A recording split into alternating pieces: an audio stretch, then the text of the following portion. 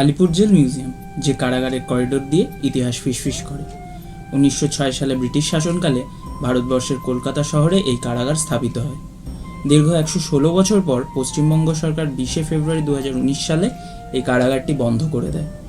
এরপর কিছু মেরামতি করে এই আলিপুর জেলকে 2022 সালের সেপ্টেম্বর মাসে আলিপুর জেল মিউজিয়াম রূপে খুলে দেওয়া হয়।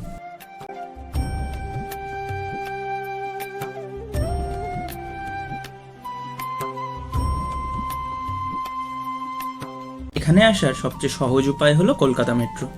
যতীন দাসবাগ মেট্রো স্টেশনে নেমে একটি অটো বা বাস ধরে স্বল্প সময় পৌঁছে যেতে পারবেন আলিপুর জেল মিউজিয়াম। এছাড়া যদি কেউ নিজস্ব গাড়ি বা বাইক নিয়ে আসতে চান, তাদের জন্য রয়েছে মিউজিয়ামের নিজস্ব পার্কিং। সোমবার বাদ দিয়ে সপ্তাহের বাকি সব দিন সকাল 11টা থেকে বিকেল 5:30 পর্যন্ত খোলা থাকে এই মিউজিয়াম। মিউজিয়ামের প্রবেশ মূল্য জনপ্রতি 30 টাকা। এছাড়াও সন্ধ্যে 6টা থেকে এখানে লাইট অ্যান্ড সাউন্ড শো অনুষ্ঠিত হয়, যার টিকিট মূল্য জনপ্রতি 100 টাকা।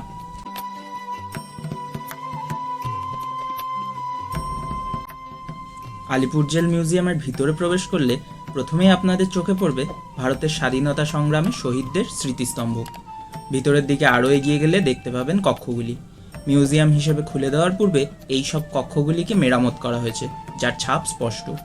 স্বাধীনতার পূর্বে এই জেল স্বাধীনতা সংগ্রামের বহু ইতিহাসের সাক্ষী।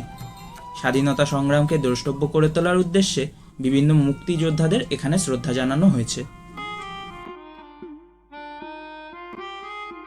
আলিপুর জেল মিউজিয়ামের বিশেষ কিছু আকর্ষণের মধ্যে অন্যতম হলো ফাঁসির মঞ্চ এবং পোস্টমর্টম রুম। এই ফাঁসির মঞ্চে বহু স্বাধীনতা সংগ্রামীরা নিজের দেশের জন্য আত্মত্যাগ করেছেন।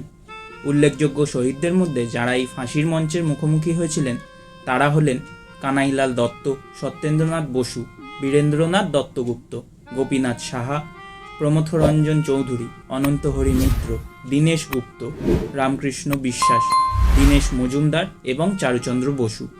এখানে উল্লেখ্য, চারুচন্দ্র বসুর মতো স্বাধীনতা সংগ্রামীর নাম উল্লেখ করতে কর্তৃপক্ষ ভুলে গিয়েছিলেন এবং পরবর্তীতে সেটা যুক্ত করা হয়েছে।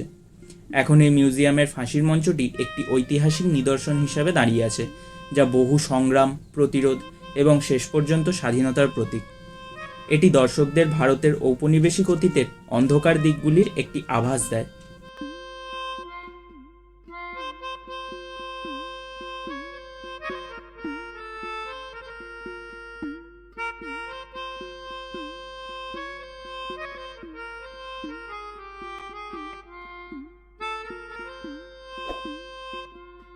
মিউজিয়ামের এই কক্ষটিতেই নেতাজি সুভাষচন্দ্র বসুকে 23 জানুয়ারি 1930 থেকে 23 সেপ্টেম্বর 1930 পর্যন্ত আইন অমান্য আন্দোলনে যুক্ত হওয়ার জন্য বন্দি করে রাখা হয়েছিল। প্রদর্শনীতে তার বিভিন্ন জিনিসপত্র, চিঠি, ফটোগ্রাফ ইত্যাদি দেখতে পাওয়া যায়।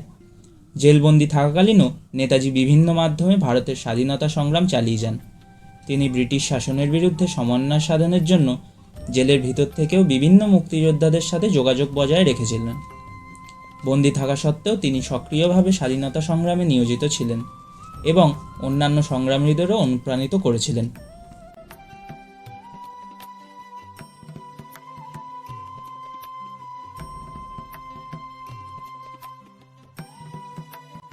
ডক্টর বিধানচন্দ্র রায় ছিলেন একজন বিশিষ্ট ভারতীয় রাজনীতিবিদ এবং চিকিৎসক। তিনি 1948 সাল থেকে 1962 সাল পর্যন্ত পশ্চিমবঙ্গের মুখ্যমন্ত্রী হিসাবে দায়িত্ব পালন করেছিলেন। তিনি ছিলেন পশ্চিমবঙ্গের দ্বিতীয় মুখ্যমন্ত্রী। ডক্টর বিধানচন্দ্র রায় বিভিন্ন স্বাধীনতা সংগ্রামে সক্রিয়ভাবে অংশগ্রহণ করেছিলেন এবং জাতীয় কংগ্রেসের কর্মকাণ্ডে জড়িত থাকার জন্য বেশ কয়েকবার গ্রেপ্তার হন। তিনি 1930 সালের 5 সেপ্টেম্বর থেকে 1931 সালের 16 জানুয়ারি পর্যন্ত আলিপুর জেলের এই 4 নম্বর কক্ষে বন্দী ছিলেন।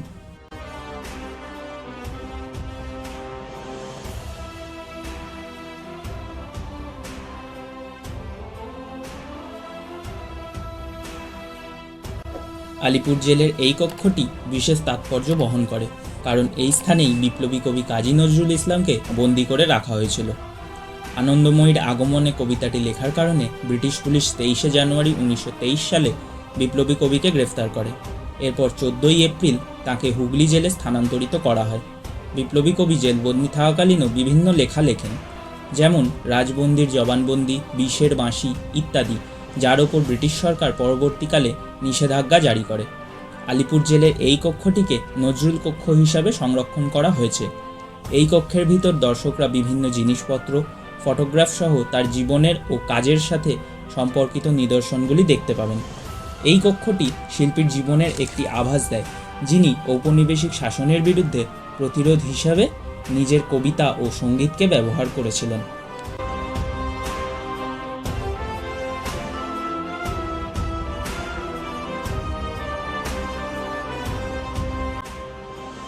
জওহরলাল নেহরু ছিলেন ভারতের স্বাধীনতা সংগ্রামের একজন গুরুত্বপূর্ণ ব্যক্তিত্ব এবং 1947 থেকে 1964 সাল পর্যন্ত স্বাধীন ভারতের প্রথম প্রধানমন্ত্রী।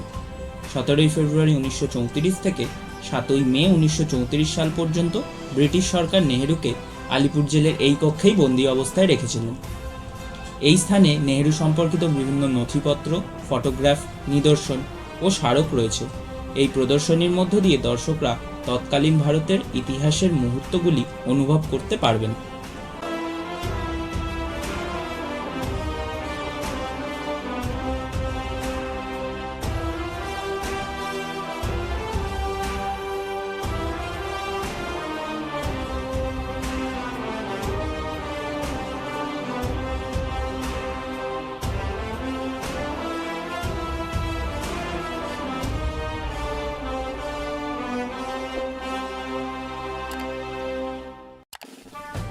এই জেল মিউজিয়ামটি সাংস্কৃতিক প্রতিষ্ঠান এবং ভারতীয় দণ্ড ব্যবস্থার বিবর্তন হিসাবে বিকশিত হচ্ছে।